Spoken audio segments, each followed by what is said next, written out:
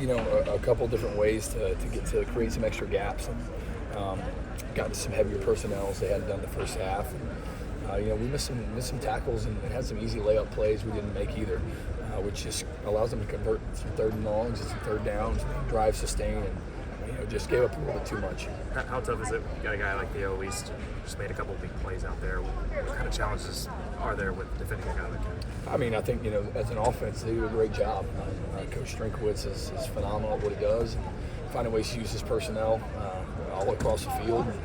And, obviously, at the end there, Theo makes a great play and on a great ball, and Eli's in good position, and just gets out competed for the ball on that one, and played a really good game all night.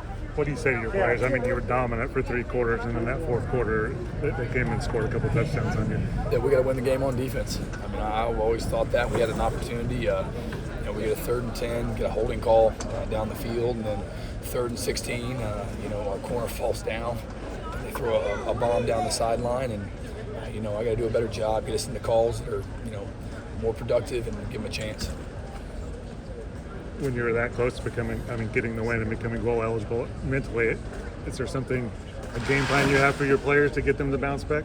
Yeah, I think, with Alabama coming in here in 2 weeks and a bye week to get healthy and get back, I think they'll be fired up to play, no doubt about it. The challenge that presents, but just have an opportunity to win one of the last 2 and get to a bowl. That's kind of the goal of the team, and be Team 130 for one more month, and we got to do that by winning one of the last 2. Obviously a wild finish, but I want to ask you about Billy's play there. That looks like it, probably going to win you the game there for a second. What'd you see on that play as it developed? Yeah, I think Sammy Omasigo, he punched the ball out, with the guy coming through. We've been talking about all night that we had to attack the rock more. We hadn't gotten a fumble or an interception all game. And so, we literally just sat on the sideline. He goes out, and you watch him punch it through right there. And then Billy, man, with the ball in his hands, dynamic, and he showed it once again. Did this feel like it was Billy's best game of the season? I mean, I know he scored a touchdown, so he hadn't done that yet. I know he did a lot last year, but hard to say right now off the top of my head. We'll kind of find out after we watch the film. When you got a guy like Pine who looked like he finally got it, how hard is it to disrupt that and then kind of adjust that when you get deep into the fourth quarter? You've just got like a couple of drives left. Yeah, I think, we tried to give him some different rushes, brought some pressure. Obviously, if I could do it again, I'd bring more pressure, try and disrupt him. But hindsight's 20/20. I thought that obviously he's a veteran guy. He's started a lot of games, played a lot of ball, and he's a really good player. And we just didn't execute when it mattered in the end. Did they do anything specifically in the second half to adjust and kind of throw you guys off, or on that last drive? Not in particular. They made some nice plays. That's about all I could say. We were, it wasn't like there was a big bust and somebody was wide open. We just had a couple mistakes. And, in a game in the SEC, like the margin for victory, the margin for error is small.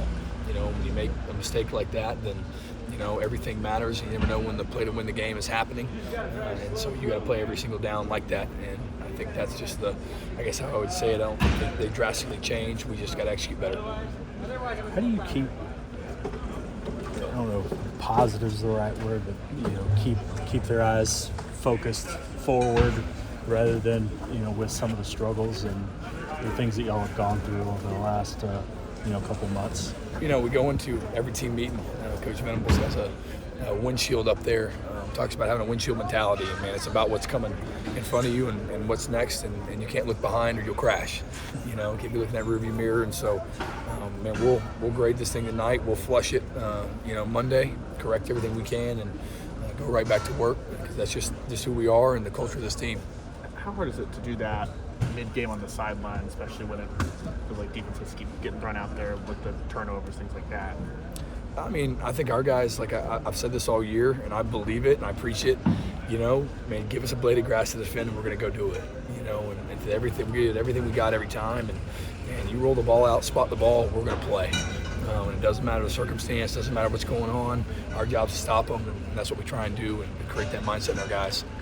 Danny obviously racked up a ton of tackles, and I know there's a lot that goes into that, but what'd you make of his performance today overall? Thought he played well. Obviously the I think he had like 20, something like that. 19, I think. Yeah, so he had a lot of tackles, and I mean, he's a war daddy, and he goes after it every play. He's got everything he has, and has an incredible instinct for the ball, behind the ball, and just finds ways to make plays.